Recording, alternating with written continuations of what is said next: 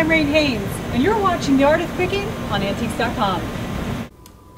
Today I'm here with my very good friend Janine Godwin, and Janine's a professional organizer. And you also might recognize her from TLC's Hoarders, Buried Alive. Janine, thanks for visiting with me today. Thank you for having me. You know, one of the things with being a collector is sometimes collectors kind of roll into that hoarding mentality. And I'm sure you probably see this a lot. Yes, I do. When people start to collect things, they kind of buy everything in sight. Yes. I think we're all guilty of that as collectors. Mm-hmm. And then at some point, they begin to hone their eye for things. And they have all of these things that they bought from the very beginning, and they need to understand a process in which what to do with them. Mm-hmm. Do you have any suggestions? There's a number of suggestions. If they want to start clearing out some of the items that they no longer want, or maybe their taste has gotten a little bit more fine-tuned, online there's a lot of great opportunities online to sell items, whether it's Craigslist or eBay or Antiques.com. Of course, there's flea markets, antique fairs that go on year-round, you know, and if they take advantage of that, then they can set up a booth there. But I think they just really need to get educated to know exactly what they want to keep, what they have that has value, and to recognize what doesn't, and to let it go. That's the key, is to let it go when they recognize that it's really not feasible for them to hold on to it any longer. You know, that's another thing, storage. They have to think about storage. Do they have the space in their home? It's very hard for anybody, no matter what it is, to walk into a place and see a bargain. And to just walk past it, even if you already have that item, or you're beyond collecting something of that level, but you see it's like, you know, it's worth $50, and they have it priced at $12.99. Right. How do you walk away from that? What do you do? How do you stop that kind of mentality? If you know it's worth a certain amount, turn it around, get it out. And what I mean by that is purchase the item. If you know you can get a return on your investment, turn it around right away. Don't just keep holding on to it, thinking it's going to increase in value, because as you well know, not all collectibles always increase in value. That's true. If you had $100 to spend, and you could buy 10 things for that $100, would you suggest buying the 10 things for $100, or would you say maybe buy 2 things for $50? What do you think is the better in the long run for somebody's collection? I'd say the 2 things for $50 or for $100. Right. And the reason being is that, again, you want to start small. And then as you become more comfortable and more knowledgeable in your collections and in what the worth is of things, you can add slowly. Those are very good points. And Janine has brought with us also today some items to show us how to store our collectibles. And also, when we're out picking, what are some tools of the trade that we should bring with us to make sure that those items, when we buy them, make it home safely to our collection. So let's go take a look and see what she brought to show us today. Great. First thing that I recommend that any picker has. A purse?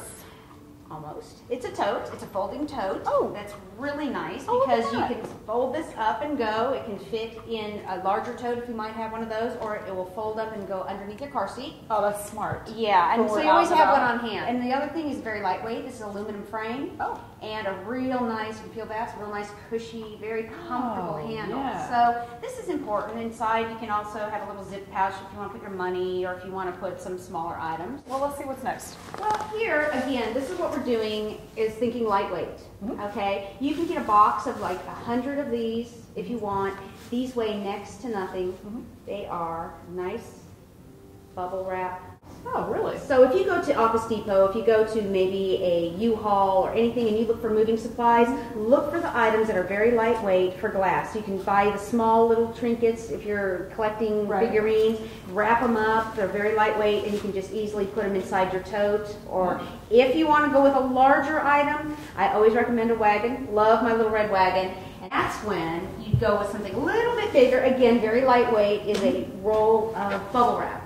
This is easy to keep in your car. It doesn't take up much space. It does, and it's very lightweight. So if you were to put this in the wagon, it's not going to add more weight to the wagon, but it's going to allow you to wrap those collectibles that you've purchased that you don't want to get damaged in transit. Right. Best to come prepared. Yeah, that's a really good point. You know, if you happen to, like you said, see that garage sale and you cut down that block and you weren't planning on going there. Right. And yeah, a lot of times they don't have something to give you. You're kind of just walking out carrying that glass figurine or that porcelain plate or whatever it might be. And You the want to possibility of it, that's right, because you would hate to, even if you probably didn't pay very much money for it, because you're out picking. Right? That's the whole point of it. Exactly. You certainly want to take your treasure that you just picked for less than $1 home in one piece. So if you want to invest in your collection or in your collectible and keep it safe in transit, then I would recommend getting yourself some of the bubble wrap or some of these foam, little pieces of foam, which are really very lightweight and again don't add a whole lot of weight to your purchase or to carrying it. You know what's really funny is when I saw these, I looked at these and I thought, you know what these are perfect for is plates. Absolutely. You buy a set of dinnerware from somewhere, whether it's glass or whether it's porcelain, and you just put one inside the next. Exactly. And so it serves so many purposes, and that's why these are so versatile and a good buy. You know, I would say you get a box of 100 for maybe about $12. Wow. And you can reuse them. That's the nice thing. It's not paper. So being that it's not crinkly and it's going to get all torn up and soft, these you can reuse. They're green. They're green. They're green. Wonderful tips. Yeah. One of the biggest challenges about being a collector is how do I preserve my things, keep them safe from the elements and, you know, from just having them scattered all over the house. And also, what are some ways to display items? And I think you brought some really interesting things today. Let's talk about this one first because I love this. This is such It's one of my personal favorites. I can completely see why. Here's this little handy, like little plastic travel tote.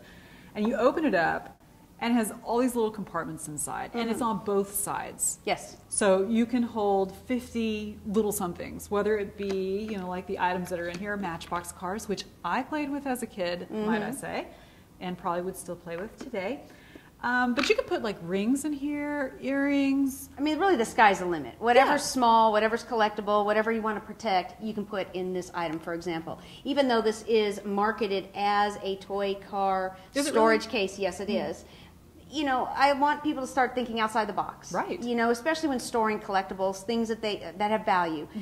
Just because it's marketed as something, think of other uses for it, and this is a prime example of that. So I think using the model car storage, the ideas you're saying are just great. It's lightweight. It's, how much did this cost? $9.99. Again, under $10. You're big into the $10 thing. I like that.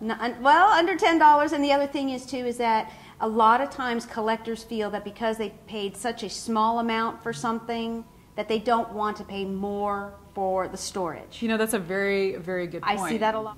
Okay, and tell me about this.